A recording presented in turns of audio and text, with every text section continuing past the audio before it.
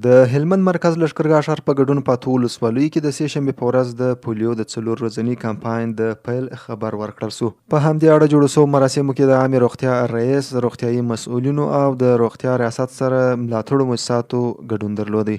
د هلمند د عامې روغتیا رئیس ډاکټر نقیب الله فاتح له دولتي مسؤلینو او عامو خلکو وغوښتل چې د پولیو د دې وحشي ویروس د مخنیوي په کمپاین کې له روغتیایي رضاکارانو سره مرسته وکړي ترڅو ټولنه مو د دې وحشي ویروس څخه خوندي سوي وي.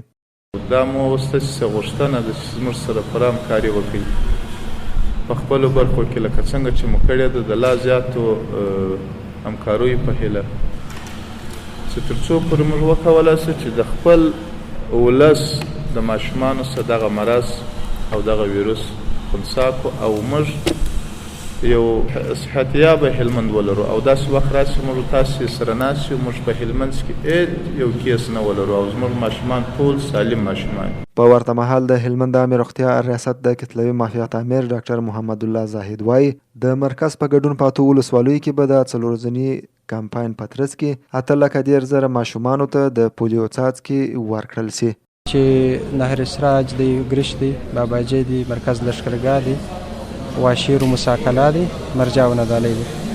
ځکه په دغه اتو ولسوالیو کې کوو چې دغه ولسوالۍ د پولیو تر خطر لاندې دي. په دې کې یا انساني کیسونه او یا محیطي کیسونه مثبت شوي دي تر څو د دې سرکولیشن یې هغه د ګردش مخه مو ډب کړي. نو په دغه اتو ولسوالیو کې موږ کمپاین کوو. بلخوا د روغتیا ریاست سره د ملاتړ مؤسساتو استازو وویل چې د عامې روغتیا ریاست سره په همغږۍ به دا کمپاین په بریالیتوب سره ترسره شي.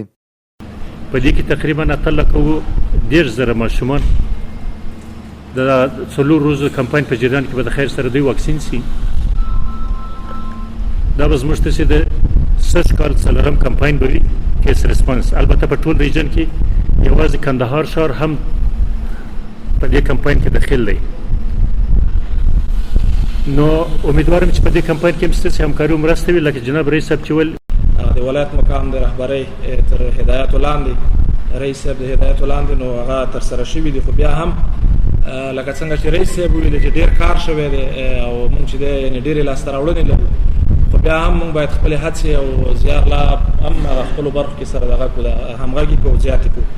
د سکتوري ریاستونو استازو په خپل نوبت سره خبرې وکړې. ژمنه یې وکړه چې د پولیو په له منځه وړلو کې د روغتیا ریاست سره په یاد کمپاین کې پوره همکاره دي.